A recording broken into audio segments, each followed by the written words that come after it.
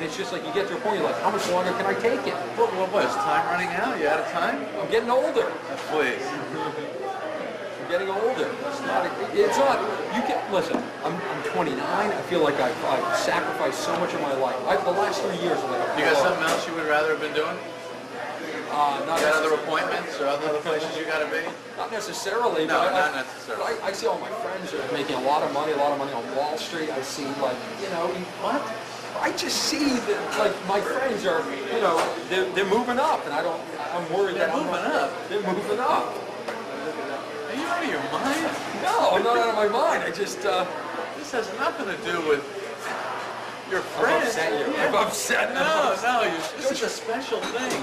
This has nothing to do with making it or... Did you ever stop and compare your life and go, okay, I'm 29, my friends are all married, they're all having kids, they all have houses, they have some sort of sense of normality. I Let me agree, tell you a but then what story. do you tell your parents? What do you, how do you deal with that? They're What do you social tell your norms. parents? Yes. Like, how do you, This is your parents. Let me tell you a story about, this is my favorite story about show business. Glenn Miller's orchestra, they were doing some gig somewhere. They can't land where they're supposed to land because it's a winter, snowy night, so they have to land like in this field and walk to the gig. And they're dressed in their suits, they're ready to play, they're carrying their instruments. So they're walking through the snow, and it's wet and it's slushy, and in the distance they see this little house.